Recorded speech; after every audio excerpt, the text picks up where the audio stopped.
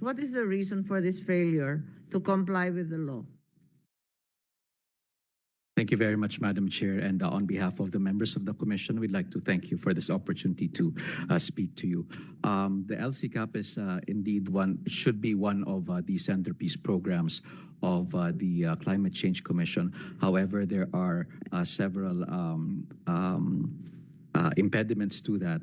First, we are severely we need to build up our capacities and our partnerships with the LGUs, which is one of the priority programs of the current Pero may Climate Change budget Commission. naman kayo. You have 175 million. It's fairly simple to get the action plans out of the LGU. They're very keen to share, in fact, their plans. So I'm mystified by the inability of the Climate Change Commission to obtain those. Perhaps it's a question, Madam Chair, of us really further engaging our LGUs on the submissions of the Hindi daw LCCAPs. kayo umiikot ng probinsya, umiikot daw kayo ng mundo. If I may, Madam Chair, it's That's also the related. impression Yes, Madam Chair. been given by the CCC over the years. If I may, Madam Chair, it's actually one of the issues that this present cohort of commissioners is trying to address. Precisely that idea. We actually resolved to na become po? March 8 po. Sorry. We were appointed March 8. How many of all of you, or March 8, during that month. 2022? 2022, yes. Ilang kayo na-appoint? March 8 for me. Oo. Hindi, yung ibang commissioner, matagal na yata. No po. Lahat kayo bago? Yes. Ilan sa lima ang bago? There are only 3 commissioners. Okay. 3. All of us were appointed in March. And as early as March, Madam Chair, we came up with our strategic workshop. And this was one of the things. So namana lang ninyo itong napakababang 41% compliance. Yes, Madam Chair. But we are. Any intention to rectify this and finally comply? Yes, Madam Chair. Actually, we have the latest submission now for LCCAP. Ito lang yung mga LGU na importante. Yes po. In fact, So have you gone around the March, April, May, June, July, August, September, October? 8 months na rin. Yes, 6 months. What we've done is we've done online and also gone around. And the latest figures that we have, Madam Chair, is 79.48 LCCAP submission as of October 19, 2002. All right. If you can submit a brief regarding that update, that's a great improvement. Nagdoble na kayo. So if you could let me know exactly what that has represented. Sino-sino ang nariyan. Certainly, Madam Chair. So the other thing is that last June 2021, the UN Framework Convention included our first NDC, in which there was the very ambitious commitment to reduce greenhouse gas emissions by 75% by 2030, the year 2030. Is this still achievable given the return to coal and other very noxious energy sources? Thank you very much for that incisive question, Madam Chair. As far as the Philippines is concerned, we are able to do this. We are actually working with the concerned and relevant agencies, including Such as? The Department of Agriculture, the Department of Energy. What exactly will you do? Uh, Have you revised this figure down to a more realistic one? Because your agency statement is 75% by 2030. Just looking from where I sit, that's absurd. It is, Madam Chair, to put things in context, it was meant to be an ambitious goal for the government of the Philippines. No, but it shouldn't be absurd. Yes, that's Ambitious correct. is one thing, mad is another. Yes, and while we strive for ambition, the same thing with COP meetings, we also have to be wary and mindful that their commitments. COVID na eh. So anong bago? Right now po, we're calling the meetings. we Wala have, pang bago. Doon pa rin not tayo right sa now. 75%. It's the 75%. We're actually working, ma'am, on the PAMs. Ay, nakakahiya to. Dapat baguhin na natin sa lalong madaling panahon kasi nakatakda to sa UN. That's right, And Madam they're going Chair. to call us out when we're not able to accomplish our self-imposed goal. It's most important that we revise as quickly as we can with a realistic, ergo ambitious. Albeit ambitious, it should be achievable.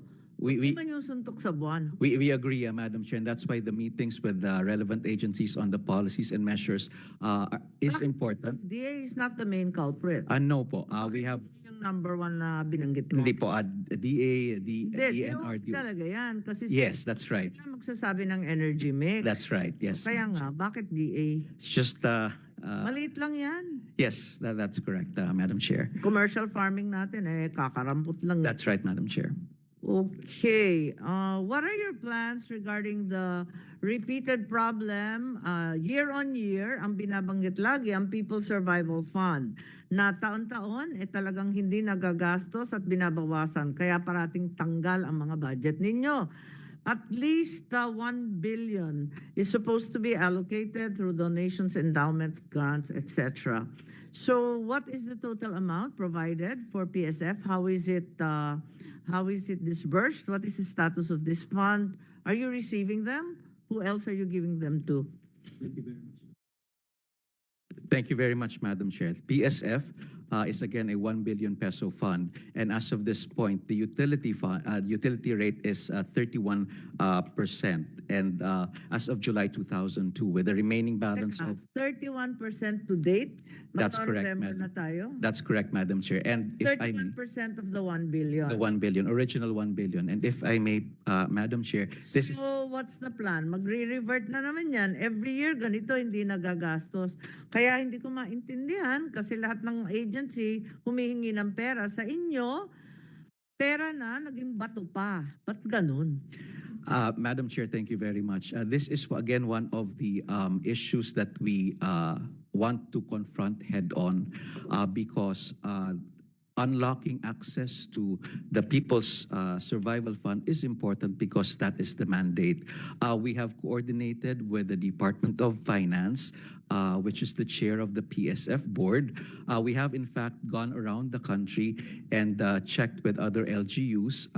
There are LGUs that are ready to submit their own proposals, but as of this point, there are still some items that are to be considered by the PSF board. And it is our commitment, Madam Ambassador, that along with the procedural and documentary streamlining and simplification, we will provide the same to the LGUs. Yan. Kasi 2015 pa yan na ibibigay. Ba't hindi niyo magastos-gastos? Lahat ng LGU gustong makakuha, pero napaka-komplikado ng proseso ninyo. Di ba pera naman ng Pilipinas yan? Ba't natin pinahihirapan ang sarili natin? Yes, Madam Chair. Galing yan sa abroad na maraming qualifications, conditionalities, kung ano-ano pang rekisito. Pera naman natin yan. Ba't hindi maibigay-ibigay? Ilang taon na to? 2015 ba to? 2015, yes, Madam Yeah, Chair. I recall that this is very long-standing, and year on year, you're unable to spend it. Year on year, I receive complaints from LGUs who have applied saying that they need a consultant and yet another consultant to merely package the project. Why is the whole process so complicated, and what do you intend to do about it? Thank you, Madam Chair. In fact, we have already done measures to simplify the process, reduce the number of documentary requirements from 14 to now 4, and simplifying the procedure too. Again, for this particular cohort of commissioners, this is something that we want to confront head on. Okay, so you've been appointed. 8 months na kayong nakaupo. May na-approve na ba kayo in that 8 months? Or ganun pa rin? Glacial pace pa rin of release of the People's Survival Fund? There has been no approval yet because there hasn't been any call yet from the PSF board, Madam Chair, and we're working with the Why Department has of there Finance. been no call? Surely you should be banging their doors. You're not supposed to be waiting for them. We are, Madam Chair, and this is something that we have committed to do at the Commission on Otherwise, i-abolish na natin to. Amend na natin to. Tanggalin na. Sayang naman, 2015 hanggang ngayon, naghahanap ng pera ang ating pamahalaan na mabigay ng ayuda, makapagbigay ng pagkain. Eto andyan yung pera, hindi naman nagagalaw. We agree, Madam Chair, and this is why we're committed, fully committed to work our very best so that this Yes, but climate you have finance is accomplished no progress in the past 8 months. There have been progress, Madam. What we've done Pero is hindi nga nagmi-meeting itong committee ninyo. Past 8 months, no movement. So I have to assume that in the next 8 months, wala ring movement.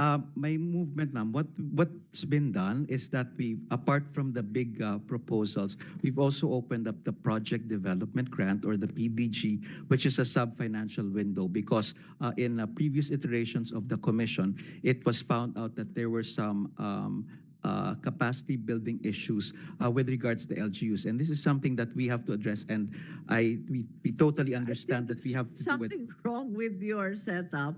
The LGUs are able to access loans, grants, issue bonds, issue all kinds of financial paper, and you're telling them that they're incapable of processing this. How can that be so?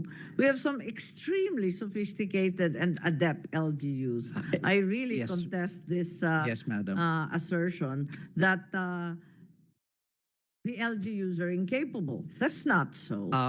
Maybe some are Some, less that's trained and less able, but there are many, many who have applied to you who are very, very well trained and have on their own derived loans and grants from international institutions. So I don't think that's a fair statement. I apologize for that, Madam Chair, but we do plan to work very closely with the LGUs also, and this is again. Apparently you're not. It's 8 months, no progress, dear. If I may, Madam Chair, also the PSF board composition, there was the transition from one administration to the next, so that may have contributed to that. Although we do agree, Madam, that there are structural Don't and you have procedural. terms? Or Yeah. are you all coterminous? We have terms, Madam. Yes, We that's began why. March. So what transition transpires? for the- There are terms, and you have tenure. There's continuity This is for the membership of the PSF board, Madam Chair. for the Yes. chairman, the SOF. Yes, the secretary of the OF, the It's secretary for of the the board. DPM. Yes, Madam Chair. Okay. Before we, the the But Climate the Change board has Commission, not met since July. not yet. And before, the role of the Climate Change Commission was a secretariat, but it was moved to the Department of Finance. So we are now a member of the Oh, PSF the board. SOF is now the There- secretariat as well as the chair. The chair of the board and the secretary. That's But correct. they have not met even once. Yes, but Have you we made any effort or representation to Secretary Jokno? we have, Madam Chair, and we were I told was that. actually with him in a sustainability seminar with regard to water. So he is concerned about the He climate. is. It's not for lack of intent. So I'm wondering why you can't seem to get hold of him. We've been told, Madam Chair, that from the Department of Finance that there will be a meeting in November. November. Yes. All right. I want to know also what you have done regarding the Green Climate Fund, the international fund that we are meant to access as part of the $300 million support to Southeast Asia.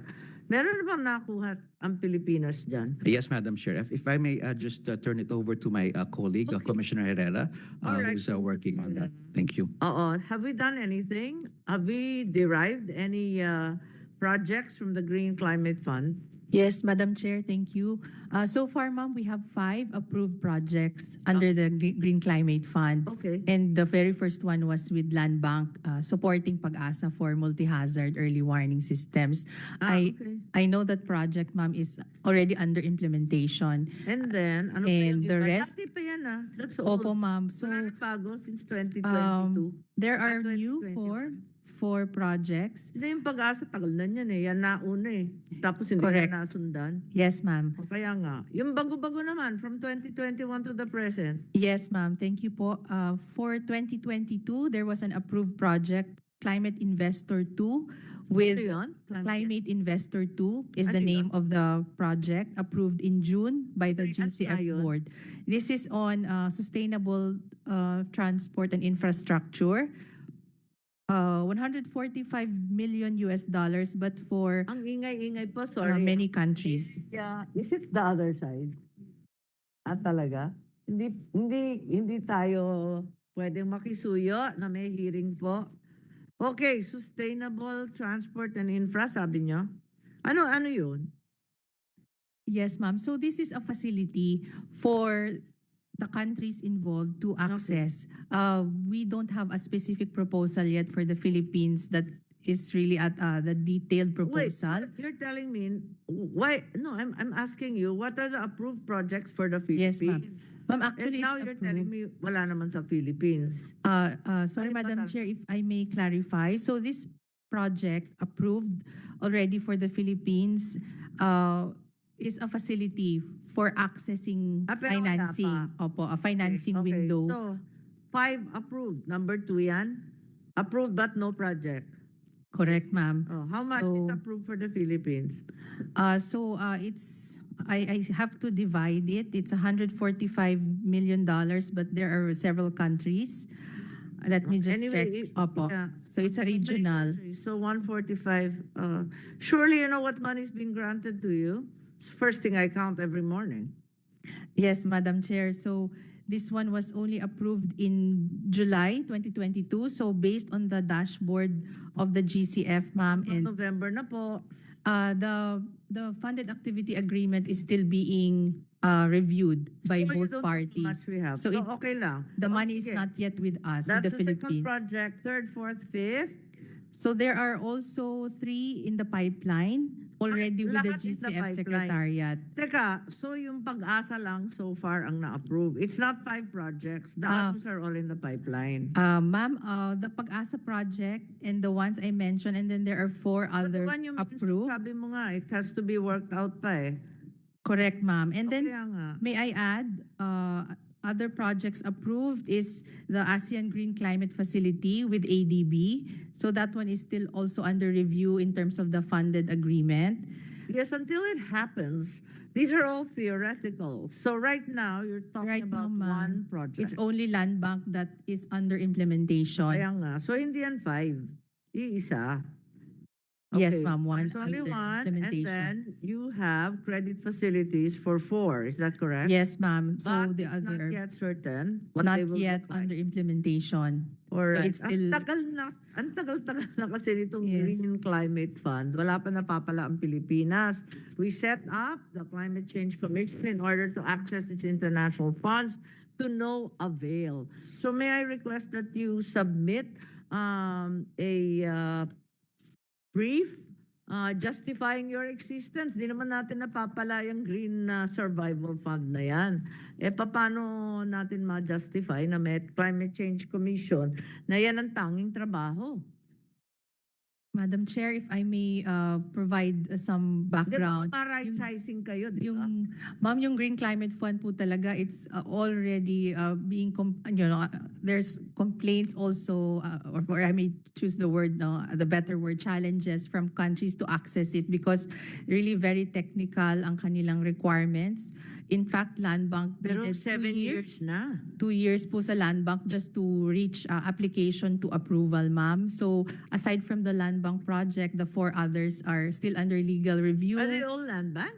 No, ma'am. The others are private sector facility, like a Dutch facility, and the one with ADB, and the one with Pegasus I Advisors. think the problem is various- between the People's Survival Fund and the Green Fund. Both have not been accessed successfully by your commission. Hence, you are always being recommended for abolition. This is the reality, and you can hardly blame anyone. I mean, unless you can turn in performance, I think it's very hard to justify the existence of any national government, particularly in these very difficult times. So, how do I justify your existence in plenary? What can we show as the accomplishment of this national agency? Thank you very much, Madam Chair. Fully aware of the structural challenges that we have in accessing the Green Climate Fund and also the structural issues that we have to deal with when it comes to the People Survival Fund. Perhaps one of the accomplishments that we can point out, Madam Chair, is the fact that for climate change expenditure tagging, we have significant improvements on this. This What? I'm climate sorry. change expenditure tagging. Sorry, what is that? The Climate Change Expenditure Tagging, or CCET. This Yeah, I can hear you, yes. but what does this do and what is it about? This is this makes sure that the national government institutions have provided budget for climate change adaptation and mitigation, and it's a Yes, joint. but yes, this tally, does this make any reference to the president's budget message that indicates that 453 billion has been allocated in the national budget for environmental projects? For climate change, madam. Yes, but what are they? These I are. haven't seen a list. There's Is a. what you're referring to? Yes, that's right, madam. So where are they now? The list, the detailed list of the projects are being worked on with the Department of Budget and Management. Going in, Ika, may halaga na yan. How come worked on? At least you can provide me We- the title and the individual sums involved. we can provide the. We have the breakdown. This is the information that we have at this point, madam. No, this is very simple. There's nothing to study here. This is already allocated on a per agency basis. All I'm asking is for the list. We will There's provide the nothing list. for you to study. We will provide the list, Madam Chair. Yes, yes, you should have it on hand and it should Yes, have been madam. provided. Particularly because you are pointing to it as your accomplishment. Surely it's the president's accomplishment, not yours. Yes, Madam Chair. So what is your accomplishment? If I may be frank, Madam Chair, we apart from the climate change expenditure tagging is also part of the work of the Climate Change Commission, and we've been working very hard on it together with DBM. And the rates of the Sorry.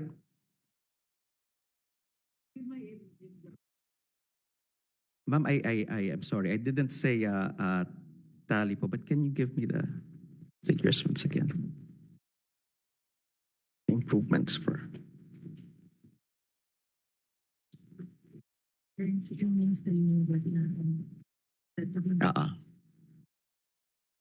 If I may, Madam Chair, for the climate change expenditure tagging, there's a 50% increase in the 2023 budget as proposed by the NGIs. In 2022, it was 289.7 billion pesos, and for No, 2023, that doesn't matter. I have the same paper that you're reading to me. I need to see the breakdown. okay, we will. And I thought that was part of the job of the CCC. Yes, Madam Chair, we will provide your office this list. Thank you. But I don't see how this is your accomplishment. Maglilista lang kayo? Kailangan ng ahensya? It's not. Ililista lang ng DBM yan eh. It's not just listing, Madam Chair. With all due respect, we also coordinate with DBM and with the LGUs, and we go over the list as well. We also provide training, Madam Chair, for the LGUs and the other institutions that have to submit their CCET. No, I don't think there's been much coordination because you didn't submit all these agencies that you're meant to be working with, from DENR, DA, all these other groups. Hindi naman ninyo binabanggit.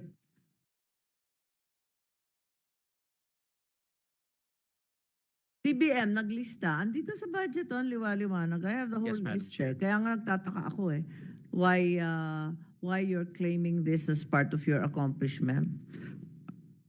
It's part also, ma'am, of our work to mainstream and of course to coordinate with these agencies. Naka-mainstream na, boss. Nasa lahat ng department. Gusto mong basahin ko?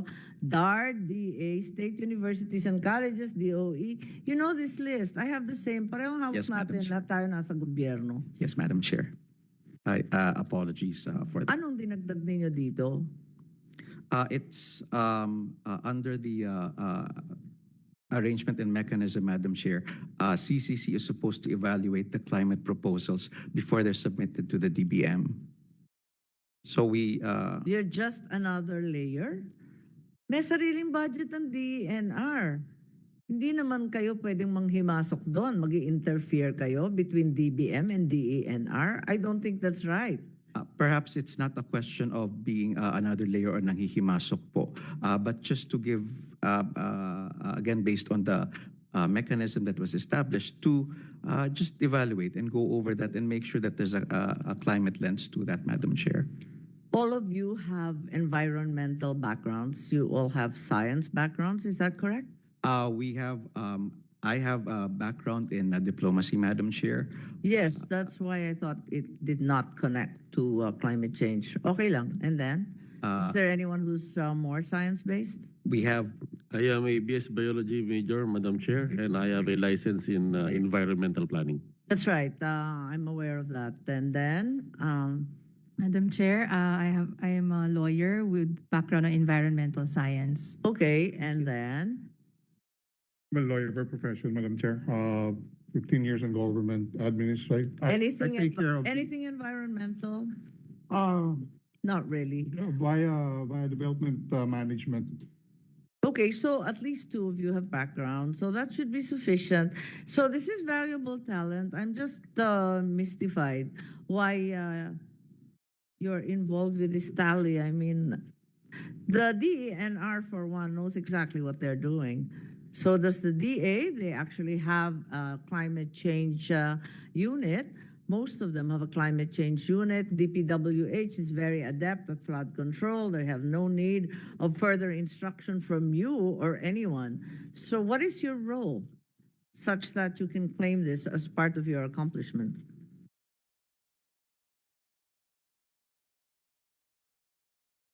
Madam Chair, thank you very much. I think our role here is to, again, be part of the coordinating and making sure that our agencies also have You've that. been in government a long time, Secretary. You know that coordinating is a bad word. It means nothing gets done. Sorry. Yes, Madam Chair. But if I may, I think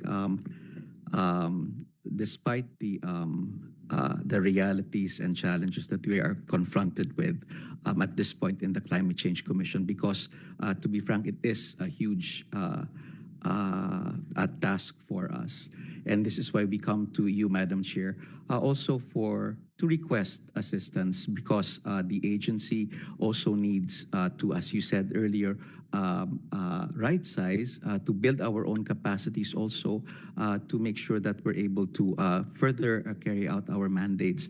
If I may, But this entire listing in the GAA indicates that you're a duplication of what already exists in many departments, what already exists in many special purpose funds and other items in our national budget. perhaps it's not a case of duplication, Madam, because again, when it comes to our submissions and our commitments, we have to have that policy coordinating office, which is the Climate Change Commission, which needs to pull in everything together so that we're able to assess where we are, where we're supposed to be going. And if I may, Madam Chair. What policy have you generated so far? If this is not the accomplishment, what policy generation has been done? The most recent that we have is for EPR.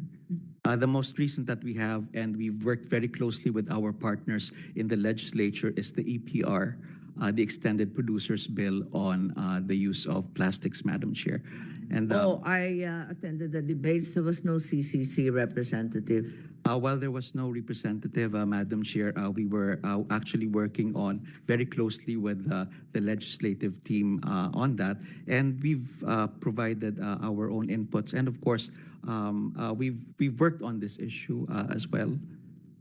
But it's primarily a legislative effort. I'm sorry, I'm not a diplomat, and I need to get this done very quickly. Maybe you can just submit what you see as your accomplishment as the CCC. The People Survival and the Green Funds have their own problems, but I think that your inability so far to deliver on climate change policy as well as implementation of the local projects has been a real downside to your budget. We're unable to increase until such time as we can see output. Thank you. All right, with that, I will go over this and I will await your submissions. I hope they're a little bit better than the previous ones, and make my committee report to the Mother Committee of Finance and thereafter to the plenary. Thank you, Madam Chair, and we commit to do that very quickly. Thank you very much for listening to Yes, us. thank you very much. Thank you. Thank you.